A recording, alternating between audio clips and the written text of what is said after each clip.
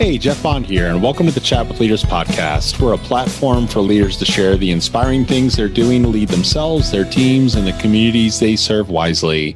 Today, I am talking to Mike Morris. He's the Vice President of Business Consulting and Atlanta Consulting Lead at EPAM Systems.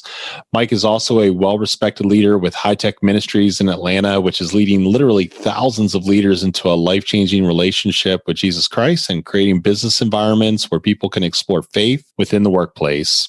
Mike has an amazing story on how he implemented a successful B Corp. If you're not familiar, B Corps in short leverage their resources to pay into a better world, creating a definition of success that includes commonwealth and a positive impact as necessary aspects of sustainable consumerism.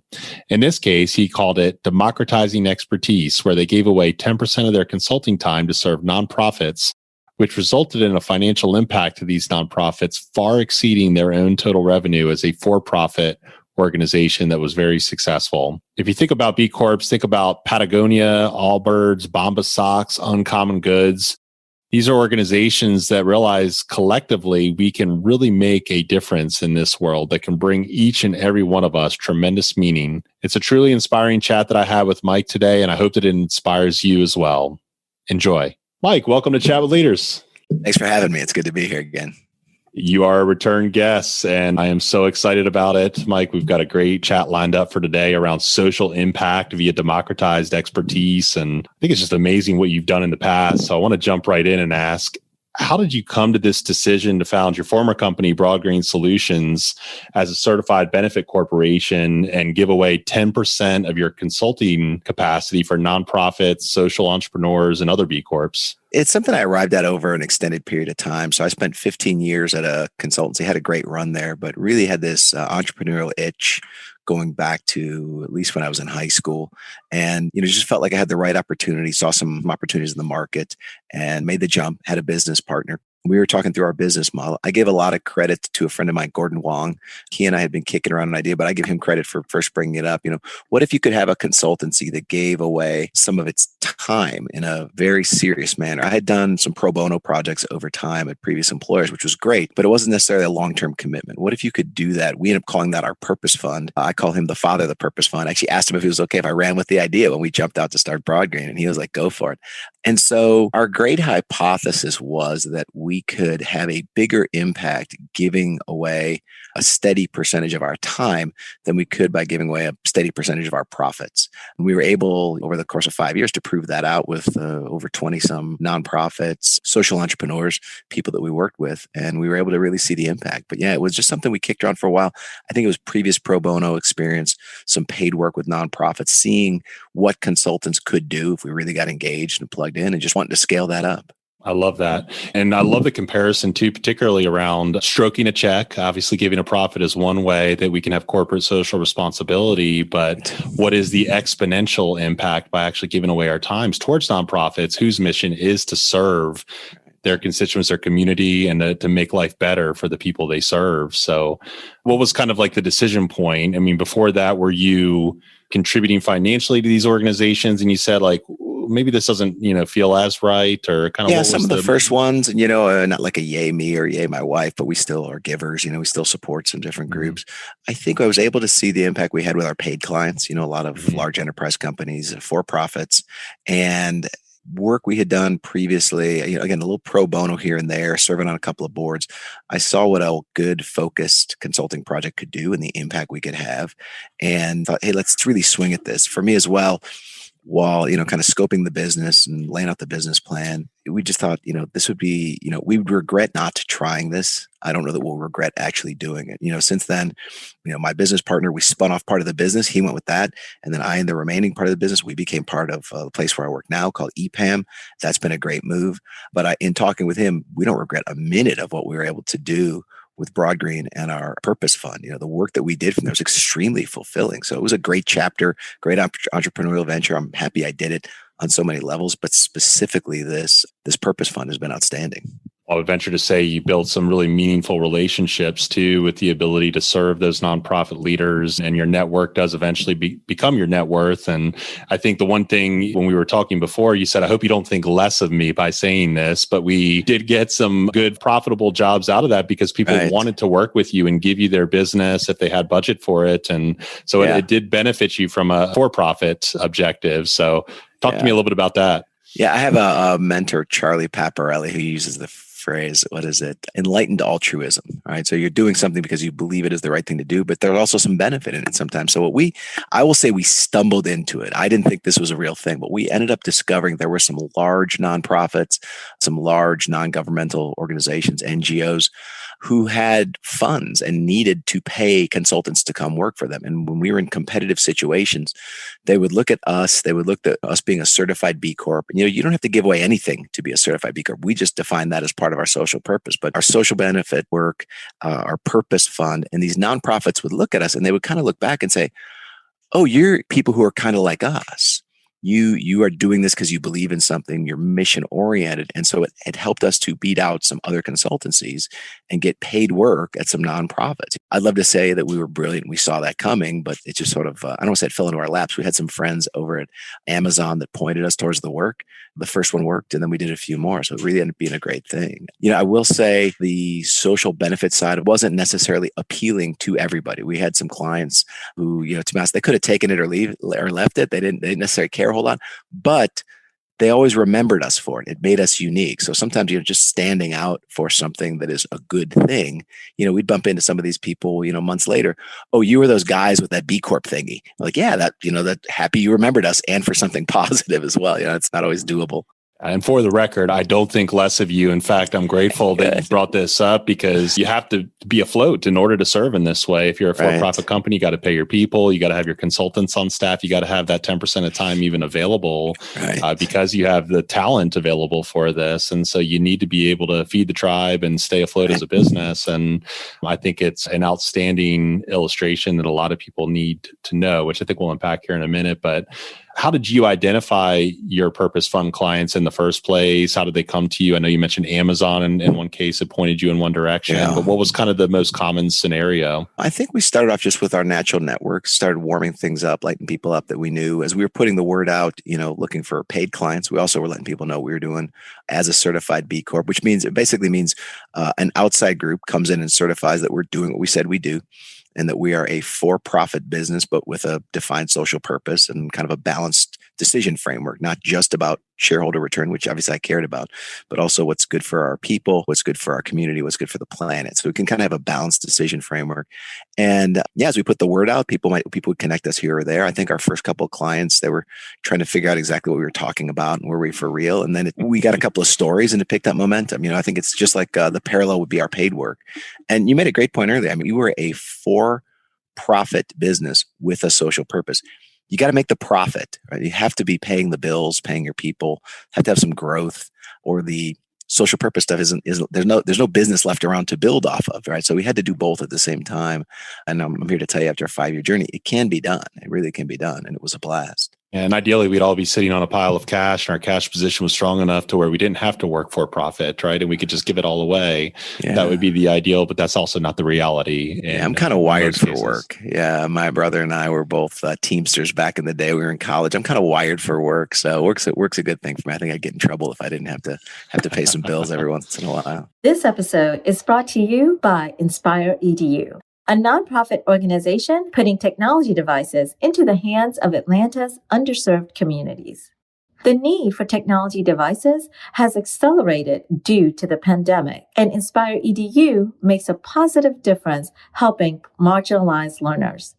Through its partners and supporters like you, Inspire EDU helps learners become 21st century scholars. Learn how you can support their mission at iuatl.org. So I want to move on to kind of today, as you look back and reflect on this, what questions do you still have about how to have the greatest impact as a certified B Corp? We were able to grow. We were able to have a good number of paid clients and then a good number of purpose fund clients. I suppose the riddle for me will always be out there of, What if we'd gotten to be 100 million? What about at $1 billion? What would that look like? What's the impact we could have? So I know we did at a, kind of startup and smaller scale and then growth stage. But yeah, that's just one of my unanswered questions. I am watching, there's more certified B Corps all the time. I walked through my house a while back and saw 4 Certified B Corp logos. It was like our milk. It was on a magazine cover. It was an ad for something, back of a magazine. And so I do think we're going to see more and more companies that are doing it well and really writing some new stories. And it's going to open people's eyes. But yeah, that would be one question. Again, we chose to give away consulting time. That was part of our social benefit. But I stay in touch with the B Local Georgia group. We were a charter member of the Georgia community of B Corps. And I'm watching what they're doing. I'm kind of seeing what these different businesses are doing and how they're doing good while also making a profit. It's fascinating to see people doing and the innovations that come about. So yeah, I guess it's applicability and scale of the business models. Those are things I'll probably be watching as long as I watch businesses. And I'm kind of a business junkie. I like the business of doing business. Yeah. What are some other B Corps that you've seen in Georgia or elsewhere that are inspiring you today? Oh gosh. Well, one of my favorites that I like to look at, Fat Tire, comes out of New Belgium, the brewery. I'm a beer guy. And I'm always happy to support them. I remember when Etsy, the online marketplace, they became a certified B Corp. They'd been in existence. They were growing. They're doing well. And they did that sometime in our first year of business. And so a whole bunch of people that I didn't know shopped on Etsy forwarded me the announcement like, hey, look, they're doing that B Corp thing that you were basically boring us about. Like, that must be a real thing. I'm like, it is a real thing. See, you got legitimized by Etsy. There's a lot of great ones. Thrive Farmers Coffee. I actually talked with them as they were going through their process. A great Georgia success story. Their connection with Chick-fil-A. There's a lot of really great ones. There's some. I don't want to list all breweries. I don't want to send the wrong message, but yeah, there's a lot of great companies out there that are doing good. And one of the things that convinced me was a video out on YouTube of a TEDx talk of the guy that at the time was leading B Lab, which they own the IP for Certified B Corp. They do the certifications, and his pitch really convinced me that unless somebody from the outside is coming in and checking on you that you're actually doing what you said you would do, then it's really just marketing. Anybody can spin a tale about how great they are and how much good they're doing, but who's watching? What's the governance structure for that? And that really pushed me over. So I'm sure that video's out there. Your listeners could find it if they wanted. I'm going to go find it myself and post it up. So I'm thinking, what do you think the possibilities would be? What could you imagine if there were more for-profit companies that made the same kind of commitments to this pro bono work with having a meaningful social impact and that we're actually doing what they say they were doing? Yeah, I'll give you a quick story of what we did for our first few years. We were very diligent about tracking the financial impact of the purpose fund work that we did, the work that we gave away. And we were also interested in kind of soft benefits of the consulting work, kind of other more intangible or less, harder to quantify areas. And the real reason we were doing the work was to help these nonprofits better deliver their services to their constituents, right? That's the core reason we went after it. But we said, let's track the financial impact. And over the time period that we looked at it, and again, remember, we're just giving away 10% of our consulting time. Over that time period, the financial impact to the nonprofits was greater than all of our revenue during that same time period. Wow. We can't give away 100% of our revenue, right? We got payroll. My kids like when food is on the table. You got bills. Taxman wants a slice. So you can't give away 100%. And yet, the financial impact we were able to have was much greater, than our revenue. So we felt like for us, those were the proof points that coming in. And to be honest, there's a lot of low-hanging opportunities. I think my chosen industry, professional services, consulting, has been neglectful of nonprofits, kind of occasional pro bono. You got somebody on the bench, you might throw them at one of your favorite nonprofits as an industry, sort of picking on all of us, me included, to see what a concerted effort looked like and the impact we could have. Pick any business. And again, look at what you're great at and who else could benefit from that, to see those impacts multiply. And I'll be curious with the ups and downs of our economy, to 2020, 2021, there's a number that gets quoted out in some nonprofit circles. I think it's 2% of GDP goes to nonprofits. It's 2 or 3%. It's something like that. I should fact check this, but I've seen it a whole lot.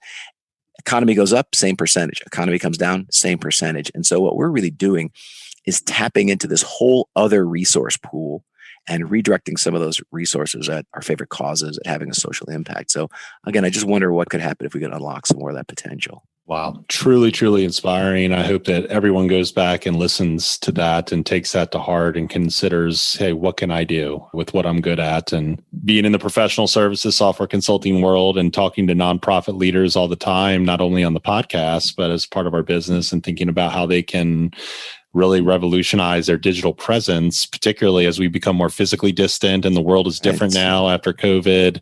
There's so much more need for technology to have that exponential impact. And so if we could all really pour into them and also see our businesses grow alongside that as a result, it really is a minimal investment for a huge, huge impact, Mike. So thank you for illustrating that. It's very, very powerful. I think I mentioned I ran across a group through my friend Machiko Walcott that there's a group called Statisticians Without Borders. They are what they sound like. They're a nonprofit that brings their data science, their statistical background to work with NGOs and nonprofits.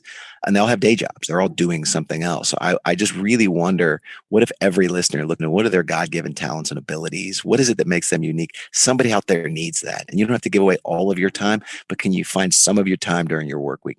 I have done my share of cleaning up the parks and, kind of moving things at a nonprofit. I have no problem doing physical labor, but I know the bang for the buck is there. It's higher when we bring our specialized skills, the things that make us unique. Somebody out there needs what you have. Just go find someone. And I would say follow your heart. Think about the area you're passionate about. You can probably find half a dozen charities, nonprofits that we're more than happy to engage you. But you may have to help them figure out how to engage you. What is it that you do? How could you help them? So there was a lot of back and forth for us. But yeah, that'd be my encouragement for your listeners. Great call to action. Yeah. And there's always ways that you can give of your treasure, but giving your time and giving your physical resource and making that tie into your passions so that you actually stick to it, right? It's not just, I want to stroke a check and feel good and feel like I've given. I think this is a time, particularly as we see people struggling, that we have to think about how can we really stick with the problems that we're working to solve and see them all the way through to break the cycle of whether it's poverty or homelessness or food insecurities or whatever it might be out there, and really pour into that. So I really appreciate that point. So tell me, Mike, if people wanted to learn more and follow your leadership, learn more about EPAM, where would you direct them? EPAM.com. I'm Mike Morris. You can find me on LinkedIn, and I'm always happy when people want to reach out. Those would probably be the easiest paths. I'm active with a group called High Tech Ministry, so I think they've got my contact info up over there too. But yeah, anybody who's interested in these topics, I geek on this stuff. I'll promise not to bore them to tears, but I always love answering questions, especially if I can help people find that right connection point. Well, it's been valuable geeking out with you on this today too, Mike. And I'm just so thankful for who you are and your leadership in our community and with High Tech Ministries. I know the lives that you impact and how much people really respect you and value you for that. So you're doing really godly work and doing kingdom work. That's having a great Thanks. I hope I can live up to it. Yeah, more than you know. So thanks again for being on the show, Mike. Sure. Thanks for having me. It's really been fun.